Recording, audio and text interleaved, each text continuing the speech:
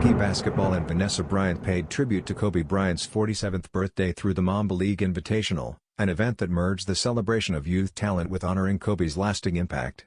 During the occasion, the Nike Kobe 3 Protro Low made its first appearance, a performance-driven design that reimagines the original halo in a low-cut form, Kobe's preferred style throughout his career. Showcasing an all-white colorway accented with diamond-like details on the upper, midsole, and outsole, the sneaker reflects Vanessa Bryant's Diamante reference, which may hint at its official name. This unveiling followed shortly after the Kobe 3 performance retro news, further emphasizing Nike and Vanessa's commitment to sustaining Kobe's influence in sport and culture.